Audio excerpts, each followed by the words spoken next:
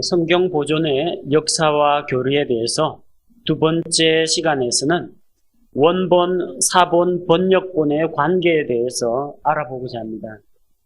많은 인본주의 신학자들이 오늘날 하나님의 말씀의 원본이 존재하지 않기 때문에 이제 우리에게는 절대 권위가 없다라고 주장을 합니다.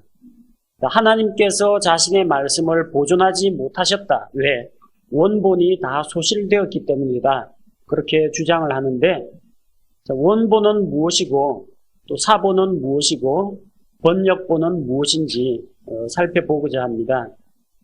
하나님께서 자신의 말씀을 보존하겠다고 약속을 하셨는데, 하나님께서 자신의 말씀을 보존하시는 방법은 기적이 아니라 섭리로 보존하신다는 겁니다. 기적하고 섭리는 서로 다릅니다. 기적이라는 것은 하나님의 초자연적이고 직접적인 그런 개입을 이야기합니다. 반대로 섭리는 하나님의 간접적인 영향을 통해서 모든 시기와 우연과 사람의 판단과 좋은 것, 나쁜 것 모든 것들이 합력해서 선을 이루는 방향으로 만들어가는 것을 섭리라고 합니다. 그래서 하나님께서 이 천지 만물을 창조하셨다. 이것은 기적적인 사건입니다. 왜냐하면 아무것도 없는 무에서 유를 창조하셨기 때문입니다. 생명이 없는 것에서 생명이 있는 것을 만들어내셨기 때문에 이것은 기적입니다. 일반적인 자연 질서하고는 완전히 다른 이야기죠.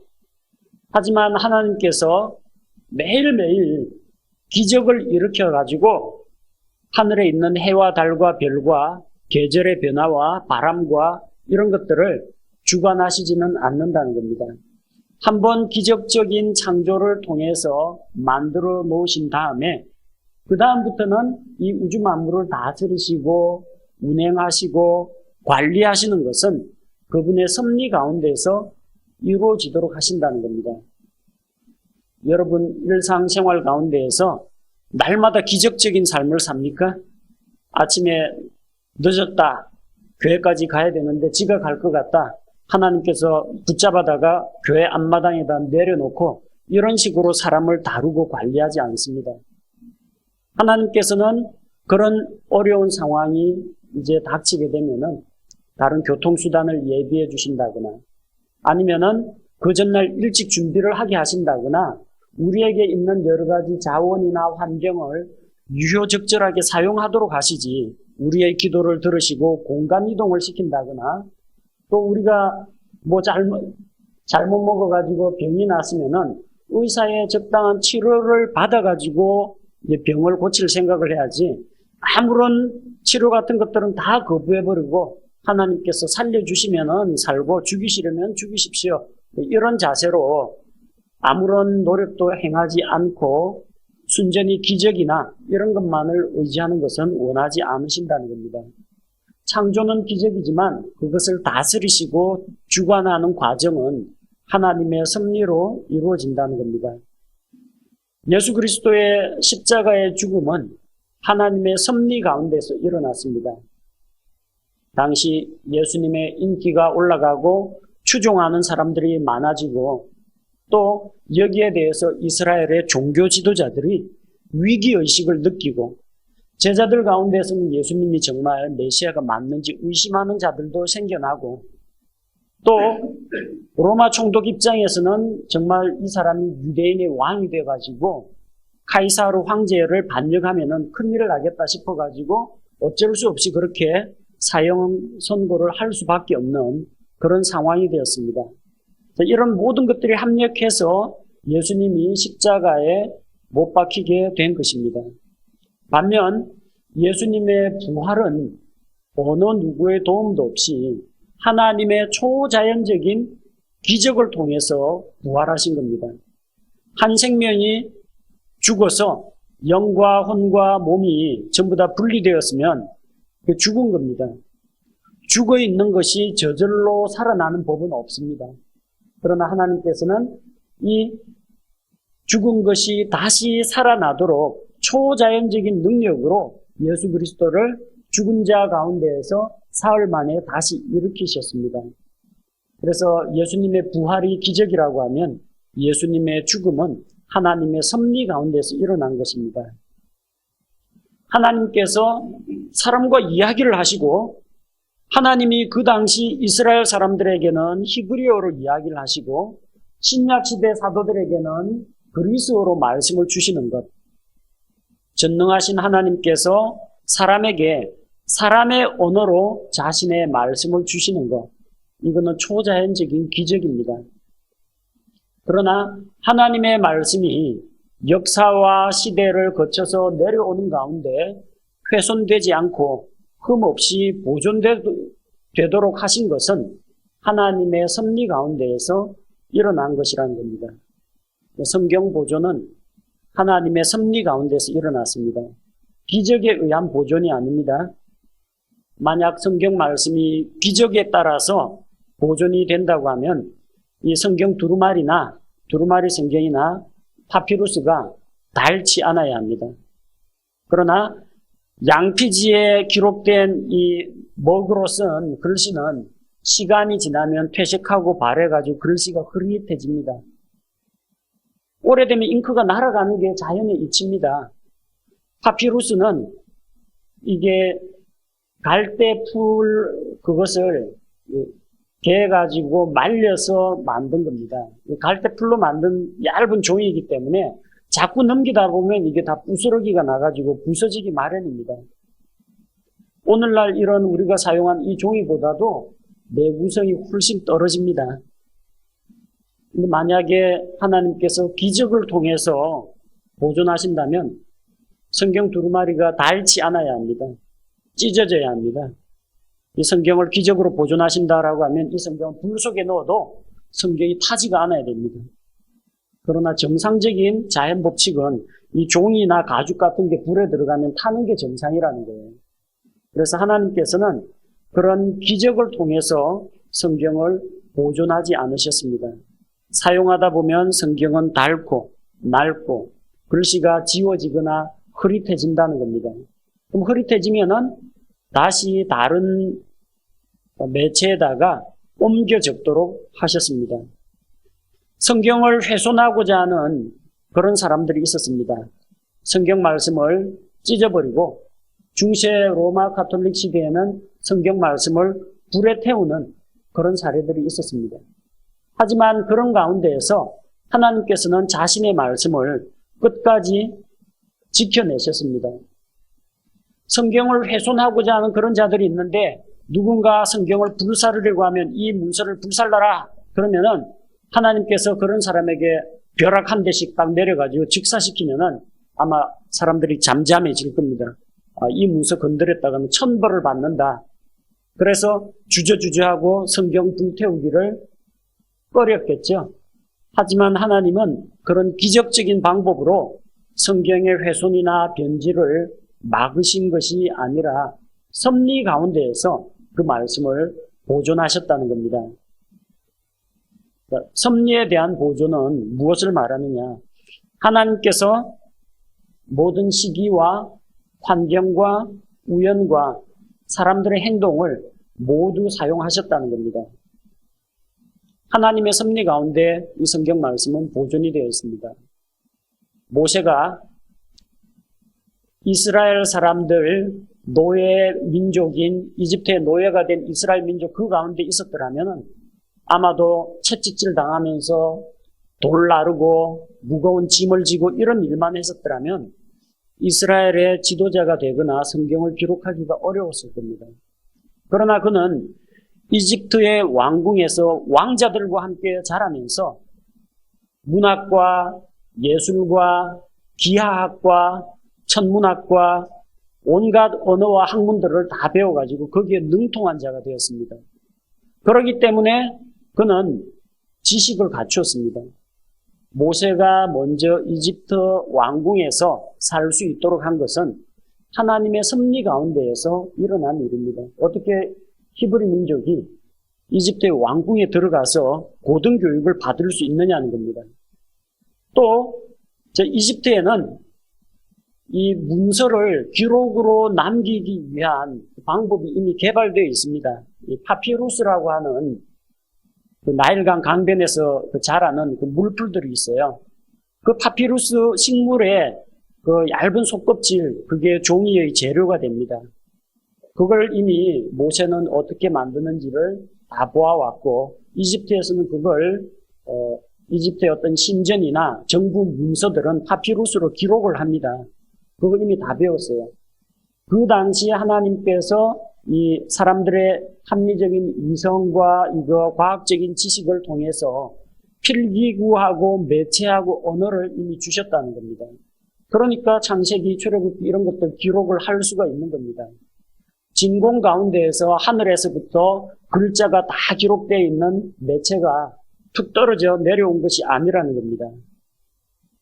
또한 성경의 원본이 낡고 말씀을 대적하는 자들이 그것을 없애려고 하면은 성경대로 믿는 신자들이 그 성경 두루마리를 안고 밤에 몰래 도주하고 산 넘고 물 건너 가서 안전한 곳에 그 성경 말씀을 보관하고 또 베껴 쓰기를 해서 교회에다 배포했습니다.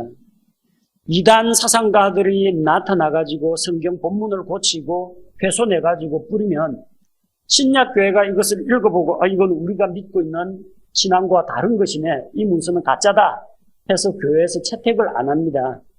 이런 모든 과정을 통해서 하나님께서는 자신의 말씀이 흠없이 변질되지 않고 그대로 전수되어 오도록 지켜주셨던 것입니다.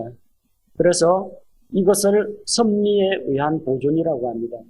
성경은 기적적인 방법이 아니라 하나님께서 인간의 역사와 과학기술과 문화와 또 그 사람들의 교육 환경과 이 모든 것들을 하나님께서 종합적으로 관리하심으로써 섭리 가운데 보존을 해오셨습니다. 또 중요한 사실은 하나님은 원본은 보존하지 않으셨습니다. 원본이 아니라 사본을 보존해 오셨습니다. 원본은 남아있을 수가 없어요. 자주 사용하면 낡고 찢어지고 글씨가 흐려지고 불에 타는 것이 하나님께서 만드신 자연의 법칙입니다. 당연한 겁니다. 따라서 원본을 보존하지 않으시고 사본을 보존하셨습니다.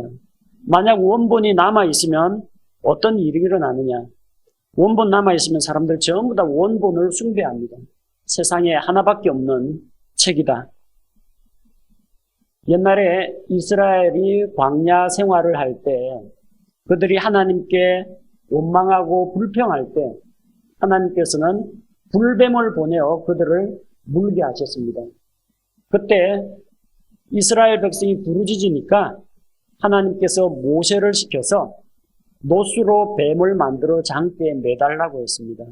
그래서 민수기 21장 9절 말씀에 보니까 모세가 노수로 뱀의 형상을 만들어 장대에 달고 하나님의 말씀을 전했더니 하나님의 말씀을 믿음으로 받아들이는 자들은 장대에 달린 놋뱀을 보고 다 살았습니다. 대단하죠. 그들을 살린 게 무엇입니까? 하나님의 말씀에 대한 믿음이에요. 그냥 놋뱀 보면은 산다 그런 거 없어요. 하나님께서 이 노수로 만든 뱀, 장대에 달린 놋뱀을 보는 자마다 살리라 하신 약속의 말씀을 믿었기 때문에 그들은 나음을 입었다는 겁니다. 놋뱀 자체에 어떤 주술적인 효력이나 마법 같은 게 걸려 있는 게 아닙니다. 하나님께서 말씀을 하신 것을 믿음으로 받아들였기 때문에 그들이 구출을 받은 겁니다. 자, 그런데 이 놋뱀, 광야에서 이스라엘 민족이 죽어가는데 쳐다보면 산다. 이 신기한 놋뱀, 사람들이 놋뱀을 숭배합니다. 열왕기하 18장 4절 말씀해 보니까 이스라엘 백성들이 아직까지도 그 놋뱀 가지고 있어요.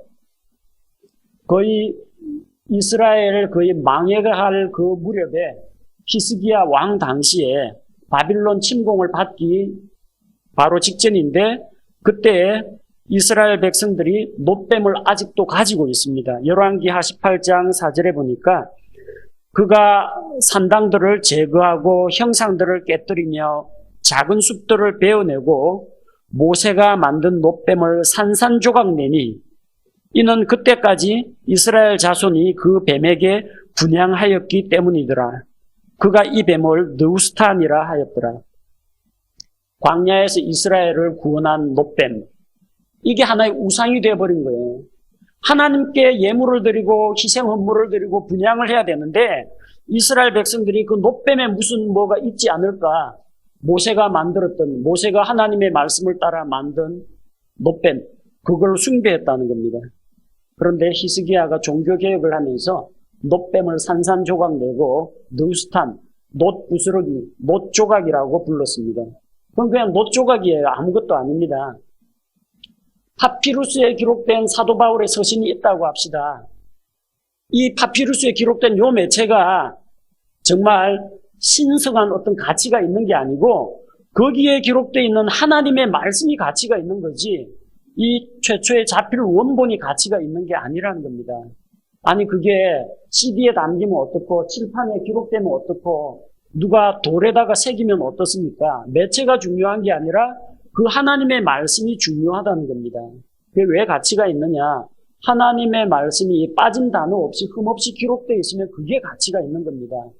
그게 최초의 자필 원본이라고 해서 가치가 있는 거는 고고학자나 고물상 수집하는 사람들에게나 가치가 있지 우리한테는 최초의 자필 원본이 됐건 우리 손에 들려있던 성경이 되었건 흠 없이 보존되어 있는 말씀이면 그것으로 족하다는 이야기입니다.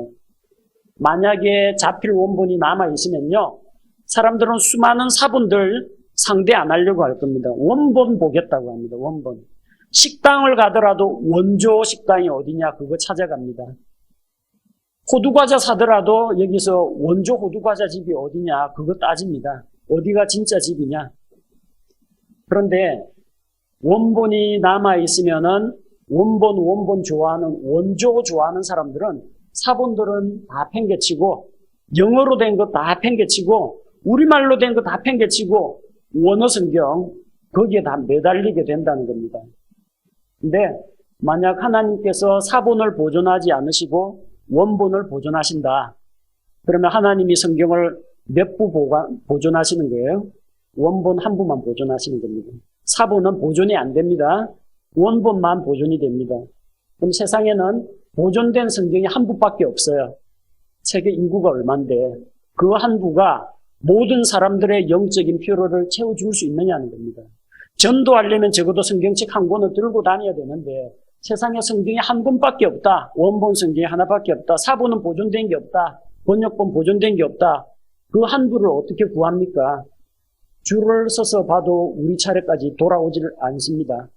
모든 사람이 읽을 수가 없습니다. 저 대형 박물관 금고 안전장치대에 있는데 들어가가지고 가끔 가다가 이 사진만 찍어가지고 신학자들이 연구하는 데 사용되지 우리 손에 안 들어옵니다.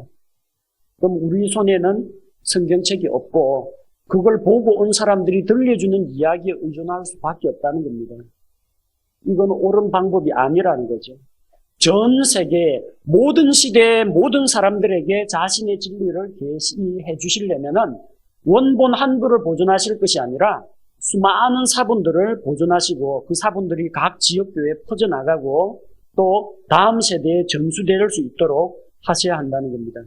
따라서 하나님은 원본이 아니라 사본을 보존하셨습니다. 원본이 그토록 가치가 있고 중요하다면 당연히 하나님은 원본을 보존하셨을 겁니다.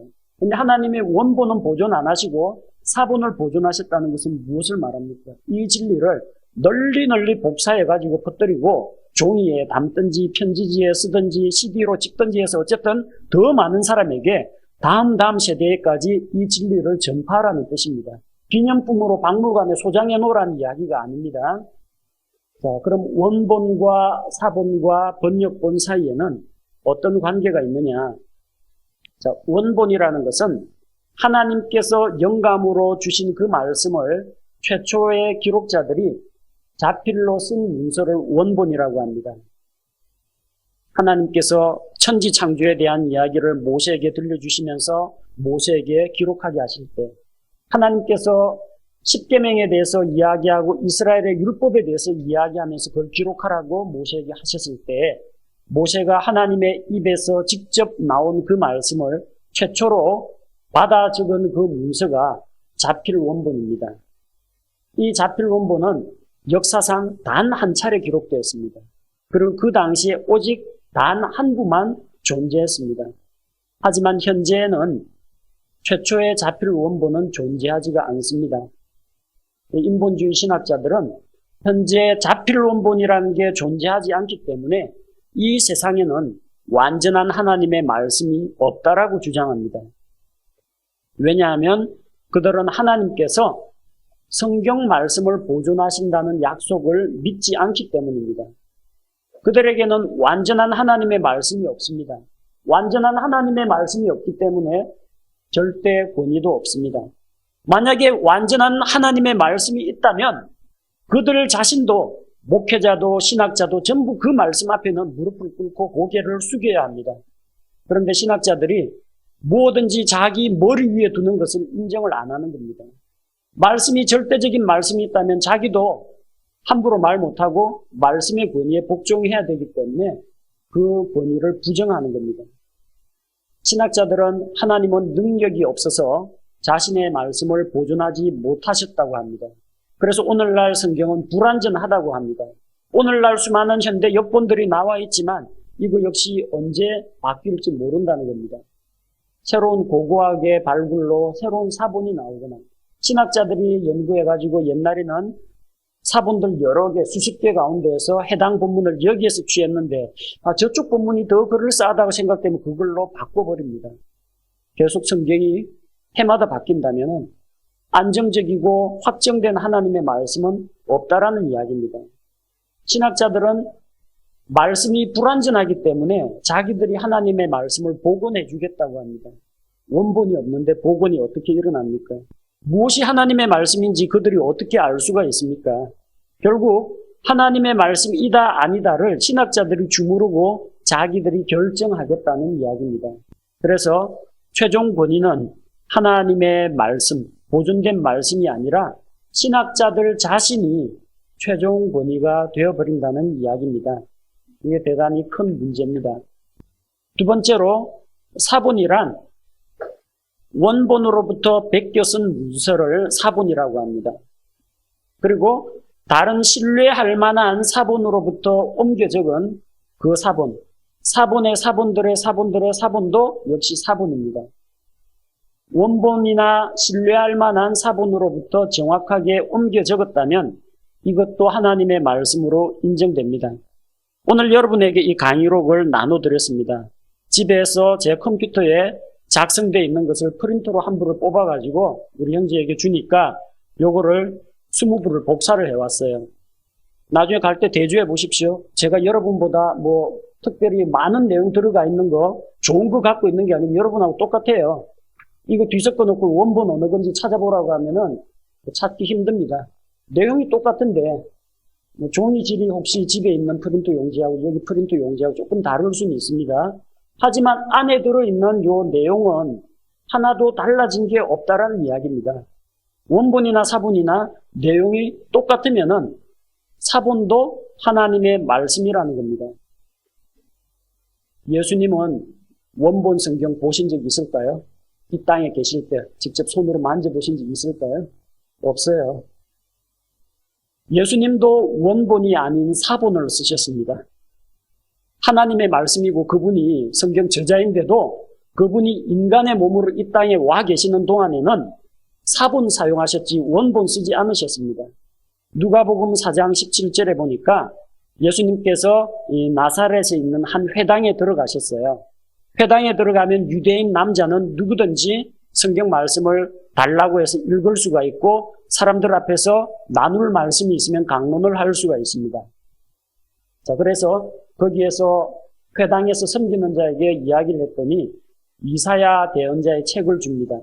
섬기는 자가 대언자 이사야의 책을 그분께 넘겨드리거늘 그분께서 그 책을 펴서 이렇게 기록된 데를 찾으시니라 일렀으되 유대인의 동네마다 회당이 있습니다. 예루살렘에도 회당이 있고요. 갈릴리 나사렛에도 회당이 있습니다. 회당마다 성경들이 다 있는데 원본 가진 회당은 아무 데도 없어요.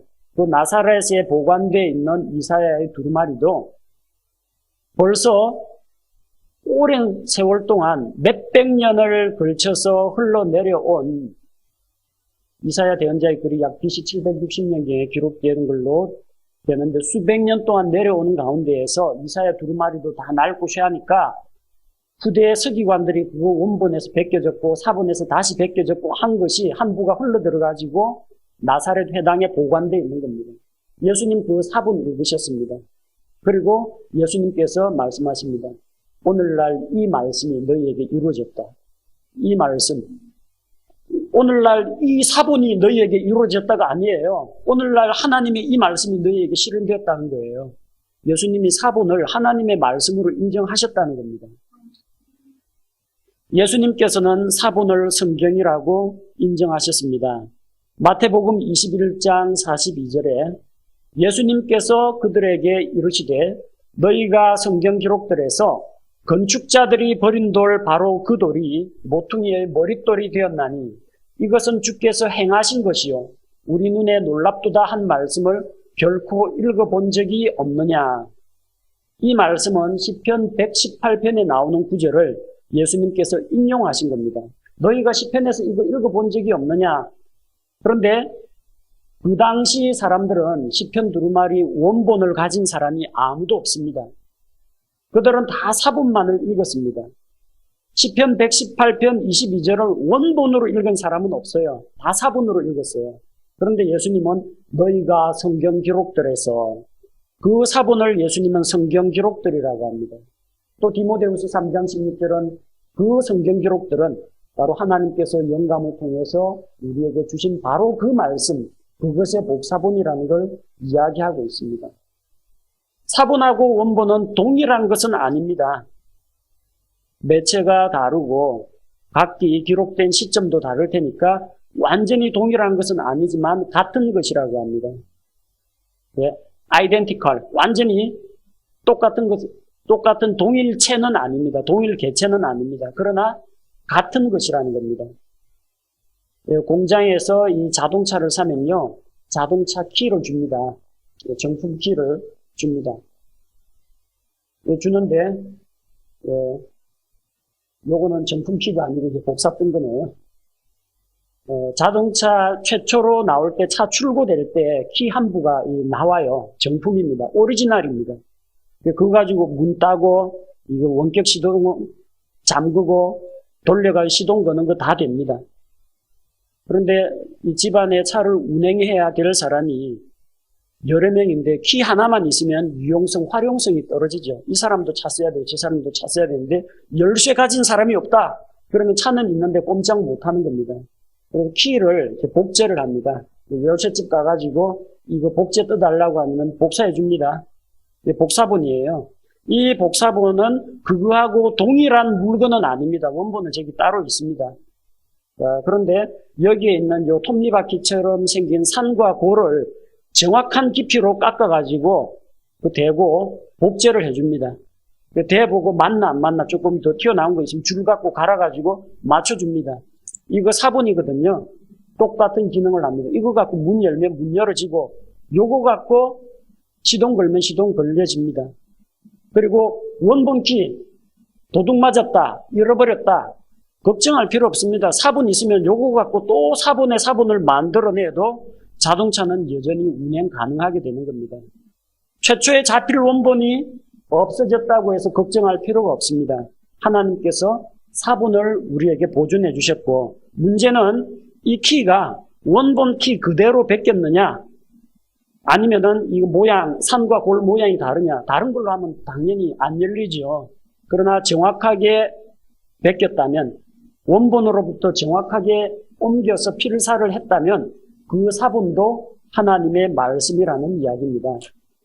다음으로 번역본이 있습니다. 하나님께서 섭리로 보존해 오신 바로 그 사본들을 다른 언어로 옮긴 것을 말합니다. 우리가 읽는 성경에는 이미 번역이 들어가 있습니다.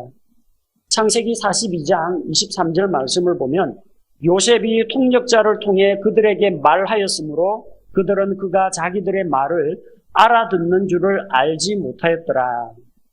요셉이 이야기할 때는 형들에게 이야기할 때는 이집트 말로 이야기했어요. 자기가 히브리 사람이란 걸 감추고, 그럼 통역관이 그 이집트 말을 히브리 말로 번역을 해서 통역을 해서 형제들에게 이야기해 줍니다.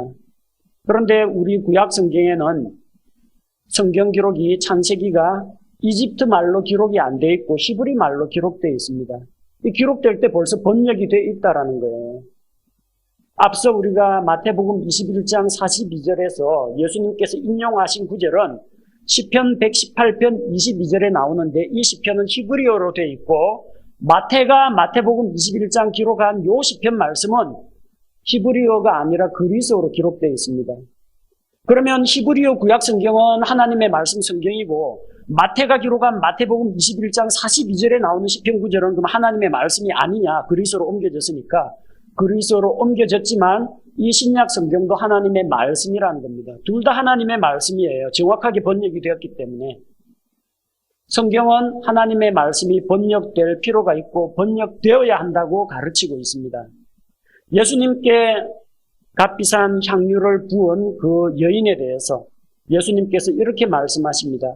진실로 내가 너희에게 이르노니 온 세상 어디든지 이 복음이 선포되는 곳에서는 사람들이 이 일, 곧 이 여자가 행한 일도 말하여 그녀를 기념하리라 하시니라. 자, 온 세상에 있는 사람들에게 이 여자가 예수님께 향유를 부은 이야기를 말하려면 어떻게 해야 돼요? 그리스어로 적어놓고 너희들이 그리스어 배워가지고 이거 좀 읽어봐라 이렇게 하진 않겠죠? 어떻게 합니까? 각 나라의 복음을 전할 때마다 이 복음서를 그 나라 언어로 번역을 해야 됩니다. 그래서 전 세계에 있는 사람들이 예수님 말씀처럼 이 사건을 읽을 수 있도록 만들어야 합니다. 마태복음 28장 19절 예수님께서 마지막으로 주신 지상명령입니다. 이 지상명령에 보니까 그러므로 너희는 가서 모든 민족들을 가르치고 아버지와 아들과 성령의 이름으로 그들에게 칭례를 주며, 자, 모든 민족들을 가르치라고 했습니다. 가르치려면 모든 민족들을 하나님의 말씀으로 가르치려면 성경이 그 민족의 언어로 번역되어 있어야 가능한 겁니다. 선교사가 왔는데 영어 성경만 가지고 와가지고 한국 사람들 앞에 영어도 알아듣지 못한 사람에게 영어로 막 하면 이게 가르침이 안 일어납니다. 둘 중에 하나가 돼야 돼요. 한국 사람이 영어 배워가지고 그 선교사님이 말하는 영어 메시지를 알아듣든지, 선교사님이 좀 힘들더라도 한국어를 배워가지고 혹은 한글로 번역된 성경을 가지고 떠듬떠듬 읽으면서 이렇게 복음을 전해야 세상에 있는 모든 사람들을 가르칠 수가 있는 겁니다. 번역은 반드시 일어난다는 겁니다. 하나님의 진리의 말씀이 그 민족, 히브리 민족에게만 주신 것이 아니고 그 당시 살고 있던 유대인이나 그리스 사람들에게만 주신 것이 아니고 전 세계에 다가올 모든 세대에 주신 것이라면 당연히 성경 말씀은 번역이 되어야 하고 번역본 역시 원본으로부터 제대로 필사된 사본, 그 사본으로부터 바르게 번역이 되어 있다면 번역본 역시 하나님의 말씀이라는 겁니다. 원문에 있는 단어가 하나님의 말씀이 하나도 빠짐없이 정확하게 번역되었다면 우리는 이 번역본 역시 하나님의 말씀이라고 인정을 합니다. 자, 그럼 원본과 사본, 번역본이 가지고 있는 그 가치와 효용성에 대해서 생각해 보도록 하겠습니다. 일단 원본은 현재 이 세상에 남아있지 않습니다. 만약에 남아있다고 하면은 대단한 역사학적인 혹은 고고학적인 가치가 있을 겁니다. 근데 현존하지 않기 때문에 그야말로 그림의 떡입니다. 우리가 쓸 수가 없어요. 볼 수도 없고 만질 수도 없고 읽을 수도 없습니다. 그 원본은 더 이상 우리에게 효용성이 없습니다. 효용성이 있다면 하나님께서 보존을 해주셨겠죠. 하지만 하나님은 원본 한 부만 있는 것은 의미가 없다고 보존을 안 하셨습니다. 두 번째는 사본입니다. 하나님께서 섭리로 온전하게 보존하신 사본들은 성경을 이해하고 연구하는 데 크게 도움이 됩니다. 근데 문제는 그 두루마리 사본, 파피루스 사본, 양피지 사본은 일반인이 쉽게 구할 수가 없습니다. 현존하는 사본들은 몇 개 되지가 않습니다. 자, 그래서 일반인들은 그 사본을 돈 주고 살려고 해도 만날 기회가 없어요. 또 어떻게 힘들게 구했다고 하더라도 구약은 히브리어로 되어 있고 신약은 그리스어로 되어 있습니다. 일반인은 읽을 수가 없습니다. 이 성경을 읽으려면 원어를 배워야 돼요. 히브리어, 그리스어 3, 4년 배운다고 읽을 수 있는 건 아닙니다. 발음 기호만 읽겠다. 그러면은 한 일주일만 열심히 공부하면은 알파, 베타, 감마 이런 것만 알면은 발음은 읽을 수가 있어요. 근데 아무 의미도 모르면서 그냥 중얼중얼거리는 소리만 될 뿐이지 본문이 이해는 되질 않습니다. 신학교 가가지고 몇 년 배우면은 어느 정도 이해하고 성구사전 찾아가면은 이해는 할 수 있겠죠.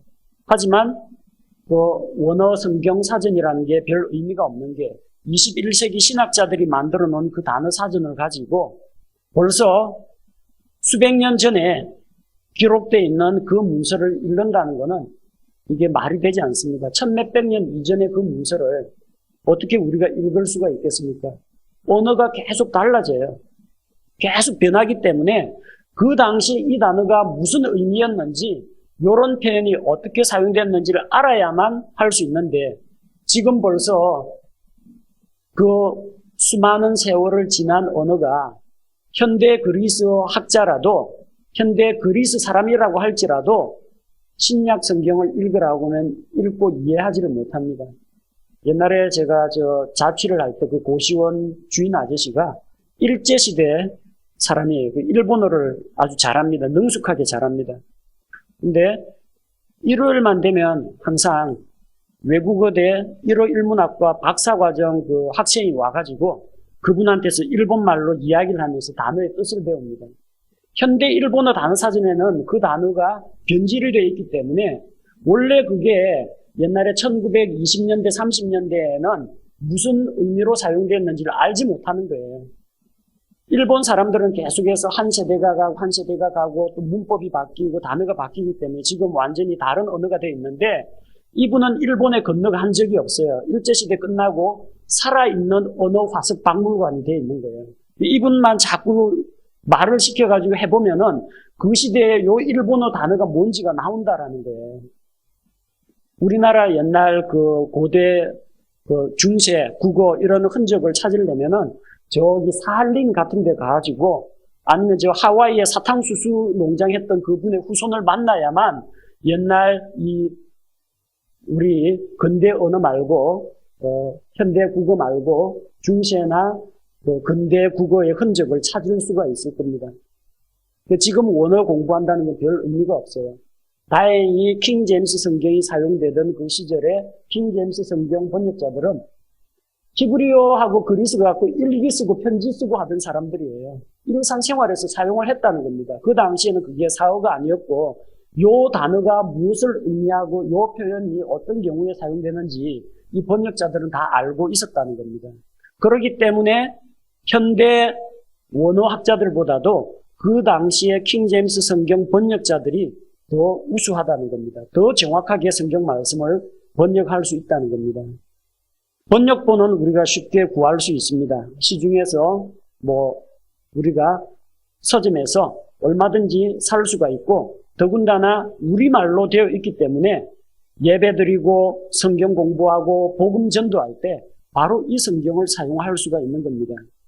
원본 존재하지도 않는 거 찾으려고 할 필요가 없습니다. 지구상에 없습니다. 땅 파도 안 나옵니다. 사본 있어봤자 우리한테는 별 도움이 안 됩니다. 우리한테는 우리말로 번역되어 있는, 정확하게 번역되어 있는 그 성경이 있으므로 충분한 겁니다.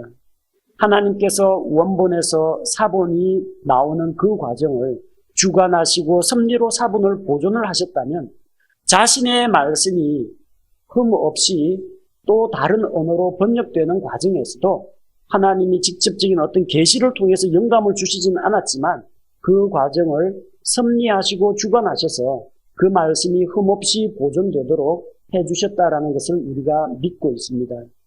하나님께서 영감으로 주시는 그 성경 말씀, 계시로 주시는 그 성경 말씀의 영감은 단 한 차례지만 성경의 보존은 영원토록 지금 이 시간도 성경 말씀의 보존 과정은 계속되고 있다는 것을 우리가 믿고 있습니다. 그래서 성경 보존의 역사와 교리 이 과목을 공부하면서 우리 손에 이 성경이 들어오기까지 정말 하나님께서 또 수많은 믿음의 선배들이 어떠한 일들을 해왔는지 배우고 이 성경 말씀의 참 가치와 또 이 성경을 우리에게 전수해준 그런 수많은 믿음의 선진들에게 우리가 감사하는 마음을 가지고 또 우리 역시 이 말씀을 굳건하게 지키고 보존된 말씀 위에 견고하게 서야 하겠습니다.